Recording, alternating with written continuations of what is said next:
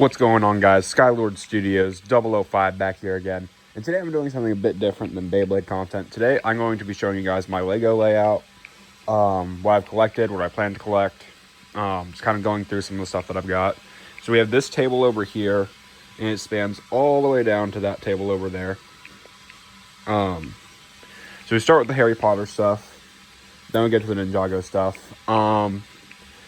I'm in the process of getting some more modulars. I have that one right there. Just a lot of the new ones don't really stick out to me. I got that one on a sale on Amazon. But I think we're going to start with the Hogwarts Castle stuff and then work our way down. So right now, layout-wise, you'll notice there's like a few random things over here that are like from the Hogwarts Castle line. According to some leaks, we're supposed to be getting the East Wing sometime by the end of the year. And I think that is guesstimated to be about the same size as either the Great Hall or the main tower. So what I'm going to have to do is I'm going to have to take those buildings, move them elsewhere to put the East Wing there. And hopefully that will connect with like this right here and like this right here. Hopefully like there will be the bridges there. But yeah, so starting here at the boathouse, I did take the boats out. You'll see where I put them later on in the video. And then that leads into the stairway, which takes you up to the Great Hall. Now, if I disconnect the Great Hall, you guys will see we got the Potions class set slotted in there. We got the Charms class set slotted in there. And then we have, I think, the Hufflepuff Common Room. Then we have the Great Hall, actual, like, Great Hall section, where, like, the dining area is. A few professors there. I decided to leave all the tables there. You'll see there's some extra stuff that could go in the Great Hall that is not in there right now.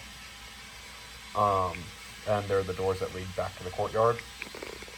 Then there's like the sky area. And then moving on.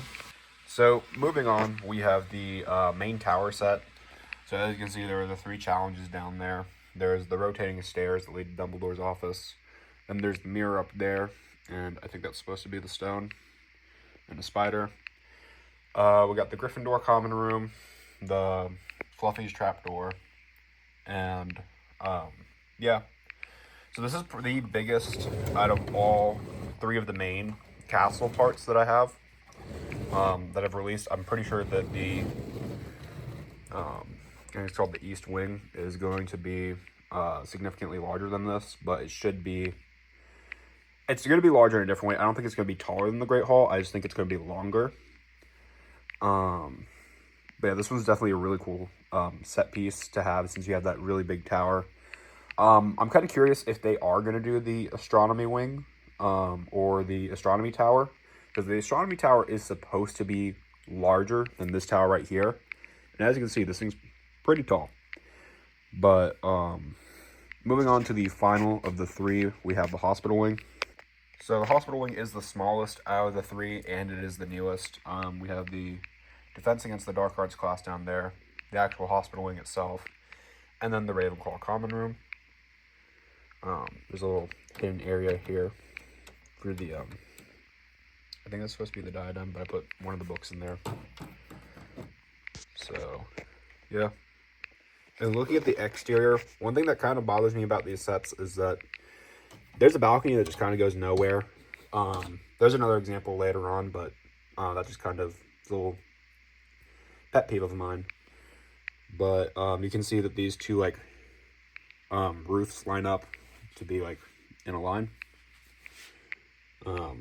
Taking a look at the exterior of all of them, because there is something I forgot to cover in the Great Hall section, and you can see there's like this loop around, this wraparound exterior section here that again leads to nowhere. But one thing I did forget to mention was right here there's like an unfolding little area that leads to the back of where the middle slot is. So right there is the Charms class.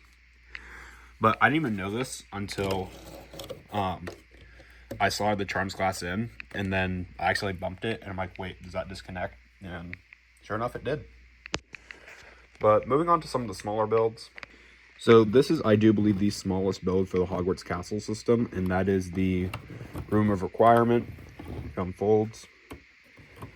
I still don't know where I'm going to place this. I was going to wait for the East Wing to release to see if there was a better place to place it. In the instructions, it shows it going in the middle slot of the main tower, but I did not like how that looked, so just kind of sitting off to the side for now. This was a gift with purchase, I think, back in September. Moving on, we have the greenhouse or herbology class, and then that unfolds like that.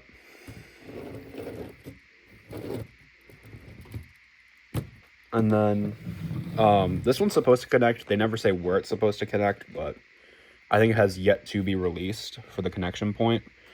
We have the flying lesson set. Got a few minifigures on there. This tower can actually hold 2 of like these smaller room style classrooms.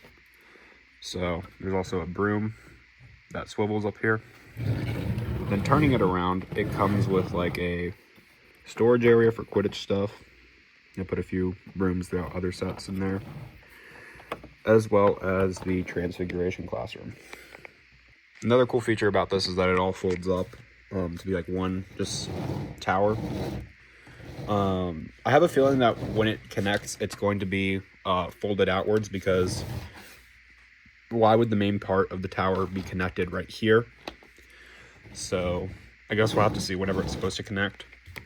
And then finally, out of the Hogwarts section, we have the Owlry.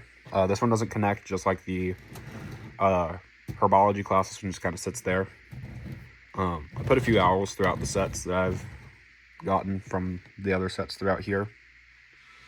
Kind of see what that looks like. And then there's also a smaller baby owl down here. And yeah, there's a bit of a walkway here as well. But yeah. So moving on, we'll go to my city section of the build, which is really just Diagon Alley with a few other buildings thrown in. So out here we have the Boutique Hotel. This is one of the modulars. I think it looks really good. I really like how the modulars look. They're just very much pricey for an individual building. So for now, I put it with Diagon Alley. Back here, there's like a little art gallery, and there's a bar on top of it. There's a window you can look in, and then we're going to go level by level. Starting from the top down to the bottom. While on the outside, you can see there's a coffee vendor, there's a balcony, and yeah. So starting from the top layer down, we have like the large hotel room. And there's like supposed to be like the fancy suite. There's a bathroom, stairs that go throughout the entire place, a wardrobe, a chair, a bed with chocolate on it, kind of an old-timey TV, and then this is like the main window area. Moving on to the next level, we have 2 different rooms. We have the smaller room over here with just a bed, a wardrobe, and like, I guess supposed to be a table, but that does have the balcony out here. And then there's a medium-sized room with a wardrobe over here, typewriter, and a bed. And then again, there are the stairs from over there that led upstairs. And then finally, there's the lobby with like the couch, the art. There's a little area underneath the stairs where you can put the luggage cart, but I just left it there. There's a desk and the main entrance. You can get a better look at the bar section over there. So moving on, if you look down the alley, you'll see there's a house at the end, and there's some random cars. There's the Harry Potter Ford, there's the donut truck, there's the new smart car, and there's Cole's car, the polybag. Those are all I just have there to kind of like help with like the street aesthetic. But now we're going to go from this side down and then go to that side down, going over the Diagon Alley sets, and then we're going to end with the haunted house and then move into the Ninjago section. So starting out, these all come from the large UCS Diagon Alley set. We got Flourish and Blots and Florian Fortescues. Just kind of giving you a quick look at the interior because we have 4 of these to get through. It's got a few things that fold down. And then we have the Quality Quidditch Store and then the Daily Prophet. I really don't like the color of this one because it's not really movie accurate. And then looking at the interior, you can kind of see. This is the one that goes on the end. I put ghosts on top of each one at the end, so I know, okay, when putting back the layout, this one goes at the end, because they're supposed to be near the haunted house. Also, I forgot to mention, these just connect with a simple pin with one of them. As you can see here, you can't put them back to back, but I just did not like the way how that looked. So, next up we have Ollivanders and Scribulus. Just kind of rotating it around. This one also has sections that can fold out, but again, I keep them folded in because I have to put them against a wall. Kind of a little apartment area up there. I'm pulling this one out so you guys can see better. The entrance, the wand section, and then now the final building is the Weasley's Wizard Wheezes and Nocturne Alley. This is literally just a facade here. There's nothing behind it. There's 2 doors on this one. Very bright colors. Make the hat move. Again, I put another ghost up there.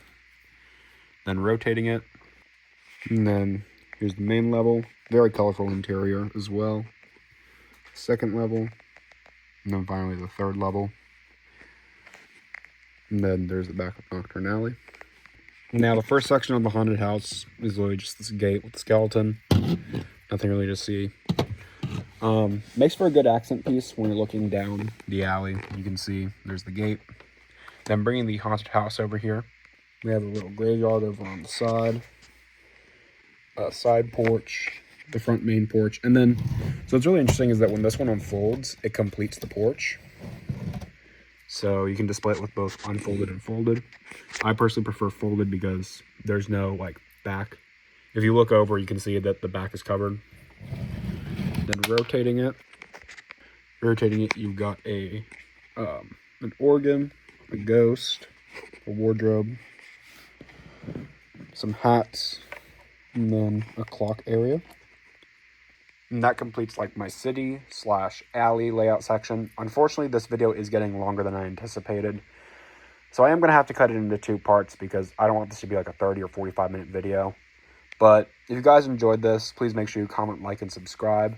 And stay tuned for part 2 where we go over all of the Ninjago stuff, as well as some Mario stuff that I have off to the side. But make sure you comment, like, and subscribe. And I'll see you guys next time. Bye.